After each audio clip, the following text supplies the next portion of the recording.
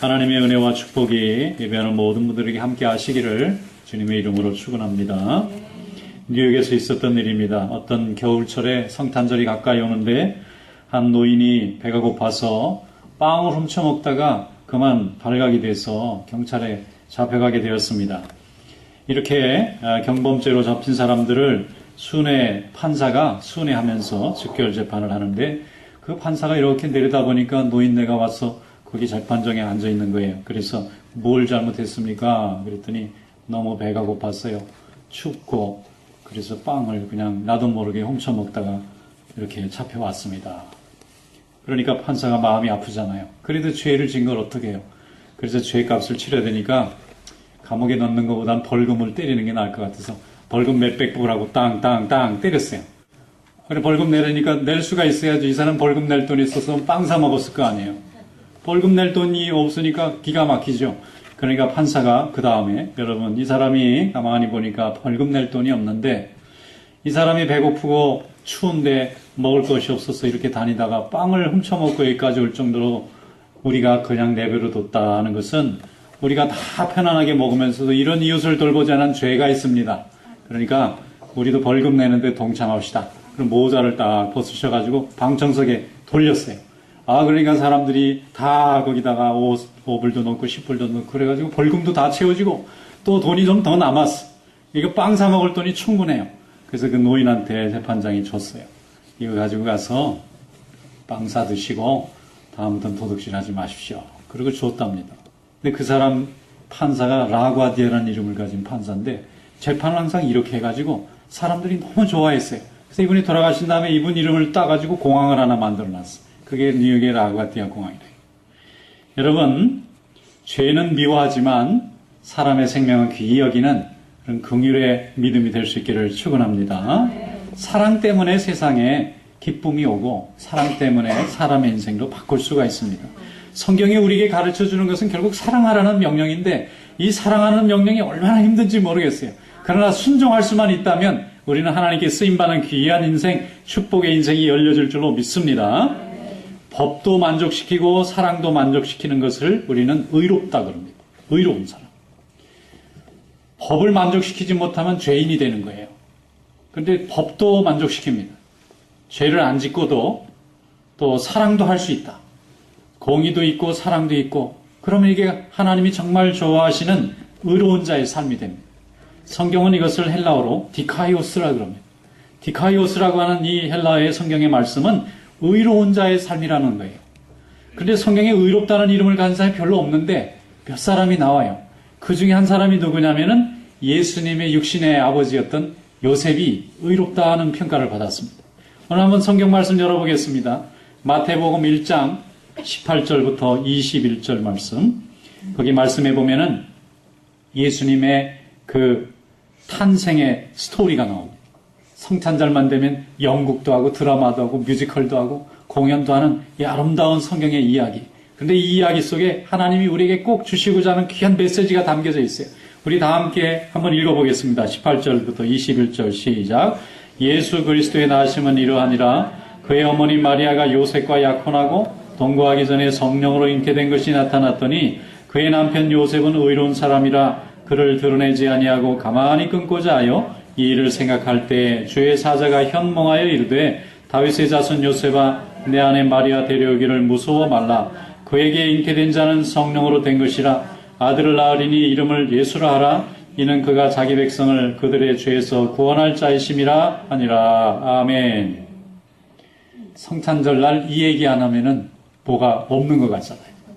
벌써 우리 주일학교 아이들이 이거 갖고 또 연극을 준비합니다. 해마다 성탄절이 되면은 마리아와 요셉이 배가 이만해가지고 나귀에다 싣고 방 없습니까? 있습니까? 물어보고 다니는 이 드라마 안 하고 성탄절을 지나갈 리가 없잖아요. 근데 여러분 당사자, 요셉 당사자, 마리아 당사자는 이게 일생일대에 굉장히 심각한 문제를 지금 겪고 지금 거기까지 간 거예요. 여러분 생각해 보세요. 약혼했어요. 아직 결혼식을 이루기 전이지만 사실상 법적으로 부부나 마찬가지입니다. 그런데 어느 날 자기 약혼자를 만났는데 남의 아이를 잉태했다는 거예요. 이런 황당한 일이 어디 있겠어요. 요셉이 고민했을 거 아니에요. 좀 화도 나고 뭔지 좀 속은 것 같기도 하고, 또 한편으로 생각해보면 부모님이 억지로 결혼을 시켰지만 이 여자에게는 정말 사랑하는, 아이를 가져야 될 만큼 사랑했던 남자가 있었나 보다. 그럼 나랑 결혼하면 이게 웬 불행이냐 이거야. 그 사람도 불행이고 나도 불행이고 여자도 불행이고 이 아이도 불행이고, 이야, 이 하늘이 그냥 캄캄하지 않았겠어요? 아마 이 요셉이라는 사람은 평범한 가정에서 자랐을 겁니다. 그러니까 평범하게 그저 착하게 자랐는데 자기하고 결혼할 상대자에게서 이런 문제가 있을 거라고는 아마 상상도 못했을 거예요. 그러니까 이 사람도 하나님을 믿는 사람이니까 기도했을 겁니다. 하나님 이거 어떻게 하면 좋겠습니까? 이걸 이제 사실대로 사람들한테 알리면 가문의 명예는 지키겠지만 이 여자는 돌에 맞아 죽습니다. 왜냐하면 부정을 저지르는 율법의 법은 돌로 쳐서 죽이는 일이에요. 그럼 자기가 한때 사랑한 여인이지만 죽게 만드는 거니까 이것도 너무 고통스럽고, 그렇다고 결혼할 수도 없고, 그래서 고민하다가 조용히 내가 이 사람이 실증이 나서 싫다. 그래서 이혼 증서를 써주면 이 여자에게 허물이 없고 이혼을 했던 남자한테 허물이 와요. 내가 조금 명예를 조금 손해보면 이 여자 생명은 살릴 것 같아요. 그래서 가만히 드러내지 않고 가만히 끊으려고 지금 생각하는 거예요. 그러니까 이 사람 마음이 착한 사람입니다. 아주 악한 사람이면 아마 심하게 대했을 거예요. 그러나 이 사람은 마음이 착한 사람이니까 이 여자의 생명을 어떻게 살리는 방향으로 해보는 거예요. 아무리 물어봐도 더 묻지 말라고. 어쨌든 나는 이 사람하고 결혼할 수 없다. 내가 실증이 나서 이 사람을 내가 파혼하는 거니까 이 사람은 아무 죄가 없고 자기 원하는 사람하고 결혼하면 된다. 이렇게 이제 마음속에 다 정해놨어요. 그러고 나니까 조금 마음이 편한 것 같아요. 그런데 그날 밤에 천사가 나타나서 말하기를, 요셉아, 그 결혼할 내 여자에게 잉태한 아이는 성령으로 잉태된 거다.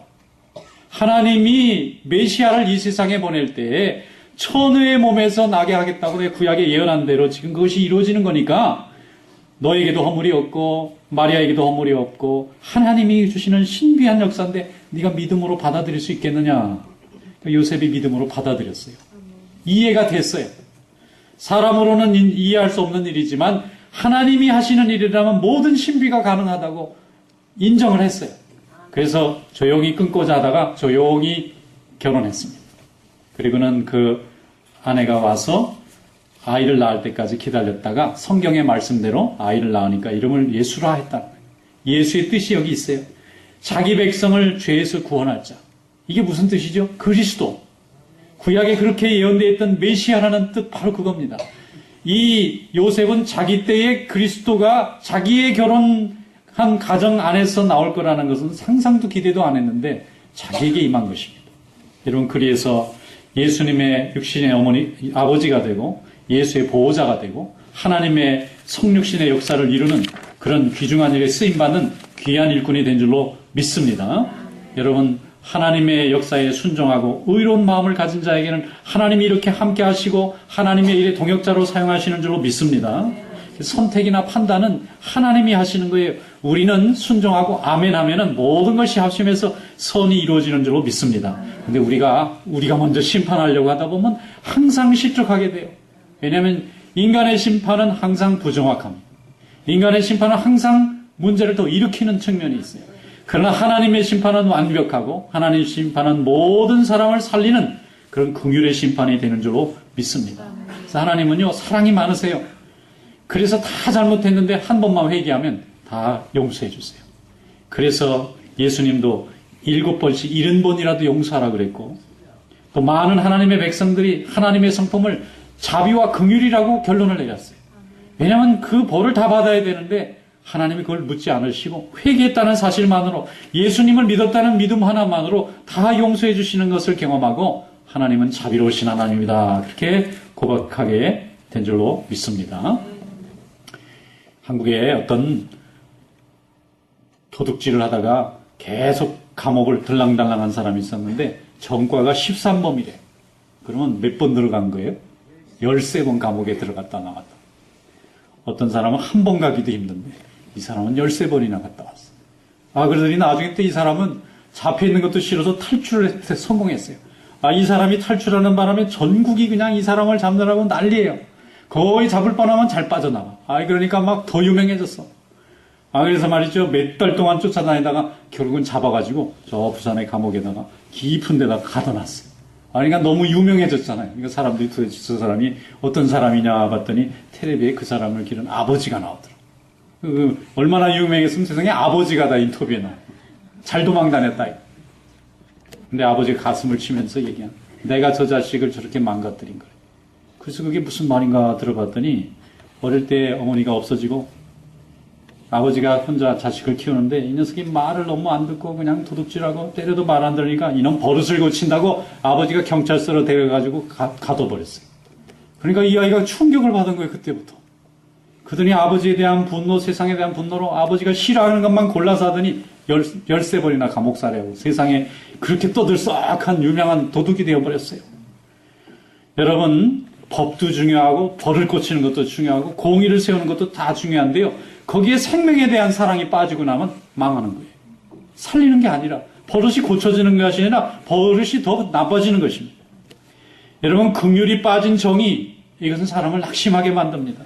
그래서 하나님께서도 그 큰 공의가 있으셨지만 우리를 공의로 다스리지 아니하시고 예수 그리스도의 그 사랑으로 우리를 다스리신 줄로 믿습니다. 그래서 우리 사랑받은 사람, 다 흉악한 심판받을 자들인데 우리를 심판으로 다스리지 아니하시고 사랑으로 다스렸기 때문에 오늘 우리가 이렇게 숨쉬고 또 우리가 천국의 영원한 영생이 우리 가운데 소유되고 보장된 줄로 믿습니다. 구원의 참 기쁨을 우리에게 주신 줄로 믿습니다. 레미제라블이라는 유명한 소설 있잖아요. 영화도 나와도 많은 사람들이 봤는데 거기 주인공이 누구냐면 짱발짱이에요. 이름이 앞하고 뒤가 같아요. 짱발짱. 근데 이 사람이 어릴 때부터 세상에 도둑질만 하고 다니고 못된 짓 많이 했어요. 그래가지고 세상 사람들은 안 믿어요. 아마 어릴 때 너무 많은 고통을 당해서 그런지 이 세상은 나쁘다, 믿을 수 있는 놈 하나도 없다. 그러니까 내가 어떻게든 나쁜 짓을 해서라도 난 살아남아야 된다. 그리고는 너 도둑질하고 잡혀가고 도둑질하고 잡혀가고 일생 그렇게 한 번도 사람을 믿질 않습니다. 그런데 어느 날 도망치다가 신부님이 사는 성당까지 도망갔어. 그랬더니 신부님 불쌍하니까 하룻밤 재워졌는데 이게 또 은혜도 모르게 하룻밤 잘 자고 나서 아침에 일어나 보니까 금쪽대가 앞에 몇 개 있는 거예요. 이야, 저걸 싹쓸이 해가지고 갖다 팔면 한 달은 내가 그냥 넉넉하게 먹고 살겠다. 그런 걸 싹 훔쳐가지고 도망가다가 경찰한테 잡혔어요. 그래서 경찰이 끌고 왔어요, 다시. 신부님, 이 성당에 있는 거 가져간 건 맞지요? 그랬더니 신부님이 아니요, 그거 내가 준 겁니다. 예, 쓰던 건 남아서 준 겁니다. 그러니까 줬대는데 뭐라 그래요? 그럼 풀어주고 그냥 갔어요. 그런데 말이죠, 이 짱발짱이라는 사람이 충격을 받았어요. 야, 세상에는 참 이상한 사람도 있구나. 모두 다 속이고 모두 다 힘 있는 사람들, 힘없는 사람 착취하기만 하고 이렇게 살아가는 인생에 이렇게 용서해주는 사람도 다 있구나. 그 사람이 막 머리가 아플 정도로 큰 충격을 받습니다. 그리고 그때부터 진심으로 인생이 뭔가를 생각하고 이 사람이 거기서 참여를 해요. 진정으로 바뀝니다. 그리고 그 다음부터는 자기가 그동안 나쁘지 않은 걸 다 보상하기 위해서 자기 신분을 속이고 몰래 좋은 일을 많이 합니다. 근데 여러분, 사람이 믿어줘야죠. 본래 나쁜 사람이었으니까 이 사람이 좋은 일 해도 저게 또 속이려고 또 속임수를 쓰는구나. 안 믿어주는 거예요. 그 중에 어떤 형사 하나는 저놈이 틀림없이 아주 나쁜 놈인데 선한 척 저렇게 거짓말하는구나. 그러고 끝까지 그 정체를 밝히겠다고 쫓아다니다가 수년간 쫓아다니다가 정체를 밝혀보니까 진짜 좋은 사람인 거예요. 그래서 이 형사도 충격을 받아요. 자기는 모두 나쁜 사람, 못된 사람, 속이는 사람만 잡아가두면서 그렇게 해야 세상이 변화되고 또 아름다워진다고 생각했는데 정말로 이렇게 착하게 사는 사람도 있다는 걸 알고 이 사람이 충격을 받습니다. 이 사람도 바뀌어요. 여러분, 사랑이 아니고는 사람을 바꿀 수 있는 힘이 없어요. 법도 못 바꿉니다. 먹을 것도 못 바꿉니다. 그런데 사랑은 바꿉니다. 그래서 우리 예수님께서 우리에게 사랑하라 그러셨습니다. 용서하라 그랬습니다. 또 하나님의 자비를 신뢰하라 그랬어요. 분노와 불신과 심판하는 자의 마음으로 판단하게 되면 그 자리에서는 문제가 해결되는 것 같지만 그 모든 독이 내게로 다 들어와 내 인생이 더 고통스러워집니다. 그래서 사랑은 덕을 낳고 덕은 세상을 바꿉니다. 여러분, 왜 예수님이 세상에 오셔서 십자가를 지셨을까요? 그분은 하나님의 보좌에 계신 우편에 계신 높고 높은 보좌에 계신 분인데 낮고 천한 인간의 몸으로 그것도 말 구유에 내려서 가장 천한 자의 모습으로 사셨을 뿐만 아니라 일생 동안 배고프고 고통당하는 삶을 사시고 마지막에는 자기의 생명까지 온 인류에게 다 내주셨습니다. 왜 이렇게 하셨습니까? 의로우신 분이니까. 디카이오스한 분이니까. 하나님의 법도 만족시켜야 되겠고 인간의 생명도 살려야 되시니까 자기 스스로 죄인의 값을 대신하시기 위해서 십자가에서 그 거룩하신 피를 흘려주신 줄로 믿습니다. 그래서 우리 예수님이 의로운 분이시기 때문에 그 의로운 자의 삶을 사는 사람들에게 복을 주시고 하나님의 일의 동역자로 쓰시는 것입니다. 이런 일에 여러분도 쓰임받는 귀한 축복 있기를 축원합니다. 이 추운 겨울에 어제 텔레비 보니까 블랙 프라이데이에 사람들이 야 이게 웬 싼 물건이냐 그러면서 와 밤새도록 진치고 있다 들어가다가 밟혀가지고 병원에 실려가고 서로 막 물건을 뺐다가 의도 터지고 막 그래서 경찰에 와가지고 뜯어 말리느라고 난리고 그래서 생각해보는 거예요. 블랙 프라이데이가 깜깜한 밤부터 준비했다가 물건을 사서 블랙 프라이데이예요.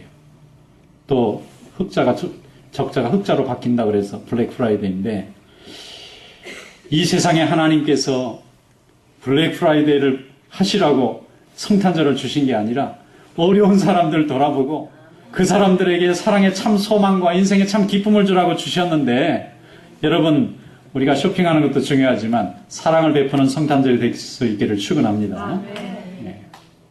사랑을 베풀어야 성탄절을 제대로 지키는 거예요. 사랑하지 않고 또 먹을 것을 나눠주지 않고 나 혼자만 편안하게 즐기면 성탄절의 기쁨을 제대로 누리지 못하는 것입니다. 여러분 오늘부터 한 달 동안 이제 우리 대강절입니다. 예수님이 오신 걸 축하하고 또 대망하는 귀한 기간인데 이때에 헐벗고 또 어려움 중에 있는 성도들 또 괴로워하는 성도들 찾아가서 참 소망과 힘이 될 수 있는 그런 의로운 자의 삶이 될 수 있기를 주님의 이름으로 축원합니다. 그것이 하나님이 우리에게 성탄절을 주신 참된 이유입니다. 요나서 4장 2절에 주께서는 은혜로우시고 자비로우시고 노하기를 더디하시며 인애가 크시사 뜻을 돌이켜 재앙을 내리지 아니하시는 하나님이신 줄을 내가 알았음이니이다. 요나가 고백했습니다. 요나가 하나님을 체험하고 하나님을 연구해 보니까 하나님은 이런 분이구나 하고 결론을 내렸어요. 그게 뭐냐면 다 잘못해도 한 번만 정말 진심으로 회개하면 다 용서해 주세요. 이러니까 속상한 거예요. 못된 일 많이 한 놈은 좀 오래 고생하고 나서 용서해 주셔야 되는데 금방 용서해 주시니까 저 아수르는 망해야 되는데 하나님이 요나를 불러서 야 요나야 가서 복음을 전해라 그러니까 내가 그럴 줄 알았단 말이에요. 하나님은 분명히 용서해 주시려고 이미 마음속에 용서해 주시려고 나를 가라고 하는 거죠. 그리고 나는 안 가겠습니다. 그러고 다른 데로 도망가다가 물고기 뱃속에 사흘 갇혔다가 도로 나와서 복음 전하니까 금세 다 회개하잖아요. 여러분 하나님은 자비로우시고 인애가 크신 하나님이신 줄 믿습니다. 그런 하나님 우리가 아버지로 모시고 사는 자녀들이니까 우리도 하나님의 인애와 자비를 조금 배워야 되잖아요. 시편 33편 45절에 보면 여호와의 말씀은 정직하며 그가 행하시는 일을 다 진실하시도다. 그는 공의와 정의를 사랑하시며 세상에는 하나님의 인자하심이 충만하도다 그랬어요. 여러분 하나님의 인자하심이 어디에 충만할까요? 우리 마음속에 충만하고요. 이 사회에 충만하고 우리 가정에 충만하고 여러분 자비로운 일, 사랑과 정의를 함께 실천할 수 있는 사람의 그 가운데는 하나님의 인자하심이 충만합니다. 그래서 생명을 살리고 가정을 살리고 자식을 살리고 사회를 살리는 그런 하나님의 능력이 나타나는 줄로 믿습니다. 그래서 여러분 자비하신 주님의 성품을 따라 자비를 베푸는 성도 될 수 있기를 축원합니다. 마땅히 주고 마땅하지만 하나님 우리 살려주셨잖아요. 그래서 하나님이 우리에게 말씀하시는 거잖아요. 네가 은혜를 입었으면 너도 은혜를 갚으라는 거예요. 네가 사랑을 받았으니까 사랑을 베풀라는 것입니다. 네가 탕감을 받았으니 너도 탕감해야지. 너는 탕감하지 않으면 도리어 책망이 있다는 것입니다. 여러분 하나님의 성품과 또 그분의 모든 삶을 찬양하는 여러분 되시기를 축원합니다. 입술로 찬양하고 우리의 손으로 그분의 삶을 찬양하고 그분의 성품을 찬양하는 성도 될 수 있기를 축원합니다. 죄는 미워하셔야 됩니다. 어떤 사람은 죄진 사람을 열심히 편들더라고. 그래서 좀 저 사람이 공의로운 사람인가 봤더니 자기도 몰래 죄를 같이 지니까 같은 편 드는 거야. 이거는 공의가 아니에요. 죄를 숨기고 편드는 거지. 자기도 죄를 짓지 않고 죄 짓는 사람을 용서하는 마음, 그것이 정의입니다. 이것이 의로운 자의 삶입니다. 성도는 하나님 앞에서 온전하고 깨끗하고 거룩하고 또 정직하고 신실하게 살아야 됩니다. 그것을 감추고 거짓으로 죄를 범하면서 의로운 척하는 건 이게 죄입니다. 그러나 우리가 거룩함으로 하나님 앞에 은혜 받은 것은 하나님의 축복이기 때문에 우리같이 의롭게 살지 못하는 사람을 긍휼히 여기고 하나님을 알지 못하고 세상에서 허덕이는 사람을 불쌍히 여기고 그들이 범한 죄를 용서하고 주님의 사랑으로 긍휼히 여길 때에 하나님의 의로움이 우리를 통해서 그들에게 전달될 줄로 믿습니다. 주님은 그렇게 말씀하신 것입니다. 예수님은 자신이 십자가에 못 박힐 때 다 자기를 버리고 도망하고 심지어는 3번이나 모른다고 부인했던 베드로까지 찾아가셨어요. 그리고는 다시 불러오셨습니다. 사도 바울도 마가 요한이 선교행하다 도망갔지만 나중에 나이가 많이 들었을 때는 마가를 꼭 데려오라고 간절히 부탁했습니다. 그리고 돌아와서 베드로는 위대한 사도가 되었고 마가도 위대한 성경을 쓰는 그런 사도가 되었습니다. 여러분, 긍휼과 자비가 아니면 사랑을 바꾸고 세상을 변화시키는 힘은 없습니다. 사랑의 성도 될 수 있기를 축원합니다. 우리도 죄가 많습니다. 우리도 혈기왕성합니다. 우리도 판단이 부족합니다. 그러나 하나님은 우리를 의로운 자의 삶으로 불러주신 줄로 믿습니다. 비록 부족하고 연약하지만 하나님을 믿는 자이기 때문에 의롭게 살려고 노력하고 의롭게 살려고 수고하고 의롭게 살려고 기도할 때 하나님이 우리의 삶 가운데 조금이라도 의로운 자의 삶을 살아갈 수 있도록 도우시는 줄로 믿습니다. 요한복음 8장에 보면은 예수님이 복음 전하실 때에 성전 앞에서 복음 전하는데 어떤 유대인들이 여자 하나를 붙들어 가지고 왔어요. 그리고 무릎을 툭 꿇혀놓고 예수님에게 말합니다. 예수님, 이 여자는 어젯밤에 가늠하다 현장에서 붙잡혔습니다. 예수님이 이 여자 돌을 칠까요? 어떻게 할까요? 돌을 치라 그러면 예수님 사랑 없다고 비난할 것 같고 또 이 사람 풀어줘라 그러면 율법을 어긴 사람을 편든다고 죄인이라고 할 것 같고 복잡합니다. 지금 이럴 수도 저럴 수도 없는데 예수님이 그들이 이 여자를 어떻게 할 거냐고 예수님에게 처결을 부탁할 때에 예수님은 가만히 앉으시더니 땅바닥에 손가락으로 글을 쭉 쓰셨어요. 뭐라고 썼는지는 알 수가 없어요. 예수님 말씀을 쓰셨는지 거기 서 있는 사람 죄를 갖다 썼는지 아무것도 알 수 없지만 땅에 글을 쓰시고 사람들이 좀 캄다운한 다음에 예수님이 일어나서 말씀하셨습니다. 요한복음 8장 7절 너희 중에 죄 없는 자가 먼저 돌로 치라. 죄 없는 자가 먼저 돌로 치라. 먼저 돌로 쳐야 다음 사람들이 치게 돼 있거든요. 그런데 죄 없는 자가 치라 그러니까 다 가만히 생각해 보니까 이 예수님 앞에 죄 없는 자가 없어요. 다 간음죄 짓고 다 도둑질하는 죄 짓고 자기 마음속에 양심에 스스로 생각할 때에 죄 없이 이 여자를 칠 만한 자격이 없는 거예요. 그러니까 사람들이 돌을 다 하나씩 둘씩 내려놓고 다 도망갔습니다.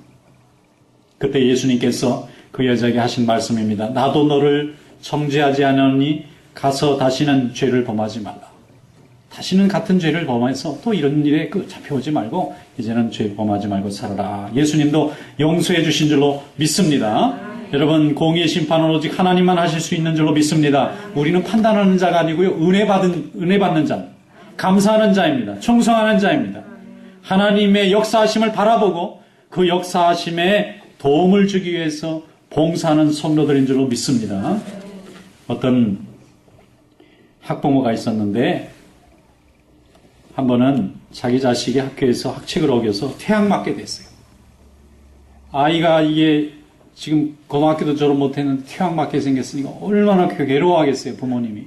그래서 학교에 갔더니 학생주임 선생님이 결정권이 있는 거예요. 학생주임 선생님한테 가서 그냥 열심히 그냥 손이 발휘되도록 빌면서 제발 제 자식을 좀 선처해달라고. 이 아이가 하나밖에 없는 아이인데 그 학교도 졸업 못하고 이렇게 퇴학을 맞으면 이 아이 인생이 어떻게 될지 자기가 너무 괴롭다는 거예요. 제가 자식을 잘못 가르친 죄니까 이 아이를 저를 보고 좀 기회를 다시 주시면 안 되겠느냐. 그러니까 선생님이 참 곤란한 거예요. 이 학칙을 어겼으니까 이 학생 퇴학을 시켜야 되는데 부모님이 이렇게 사정을 하니까 그러면 알겠습니다. 그거는 선처를 해줬어요. 부모님을 보니까 아이를 선처해도 좋을 것 같아요. 그래가지고 이 아이가 간신히 살아나서 무사히 졸업을 하고 이제 자기 인생이 이제 풀려가게 된 거예요. 그런데 그 학생주임 선생님 아들이 몇 년 후에는 군대를 가게 됐어요. 군대를 갔는데 사고를 쳤어 또. 이래가지고 이제 이 병사를 영창으로 보낼 거냐 말 거냐 이제 심각한 문제가 생겼는데 나중에 이 병사의 이제 부모님이 그걸 담당하고 있는 그 담당자한테 가봤더니 옛날 자기가 잘 선처해줬던 분의 부모님이 거기 딱 앉아있는 거예요. 아, 이거 세상에 살았다 그러고 이름을 얘기하니까 알아보는 거예요. 아, 그때 내 아이를 살려줘서 나 참 고맙게 생각한다. 나도 최선을 다해서 이 법이 허용하는 범위 내에서 선처를 해보겠다. 아, 노력해가지고 이 아들이 또 무사히 잘 제대를 했다 그래요. 여러분, 만약에 그때에 법이 중요하죠. 그리고 생명을 긍휼히 여기는 마음을 가지지 않고 그냥 법대로 다 했으면은 아마 나중에 자기 어려울 때 그런 은혜를 못 받았을 것 같아요. 아마 그냥 마음이 화가 나니까 나도 내 마음대로 하겠다고. 아마 이렇게 됐을 것 같은데, 여러분, 은혜는 은혜로 돌아오고 또 원한은 원한으로 돌아오게 되는 줄로 믿습니다. 긍휼을 베푸는 성도 되시기를 축원합니다. 우리가 아무리 옳다 해도요, 우리는 불완전한 인간입니다. 우리의 판단이 아무리 고상해도 우리의 판단은 부족할 수밖에 없어요. 그러나 하나님의 판단은 모든 생명의 앞뒤를 다 보시고 하는 판단이기 때문에 항상 의로운 결과가 나타날 줄로 믿습니다. 한국에 좋은 거 하나가 뭐가 있느냐면 성탄절이 되면 성탄절 특사가 있어요. 그래서 나는 특사가 뭔가 그랬더니 특별 사면. 감옥에 들어간 사람인데도 형기가 얼마 안 나온 사람 중에 이제 사회에 빨리 내보내면 오히려 더 사회를 위해서 기여할 수 있겠다 하는 사람을 좀 풀어주는 경우가 있어요. 어떻게 보니까 좀 성경적인 정신인 것 같기도 하고.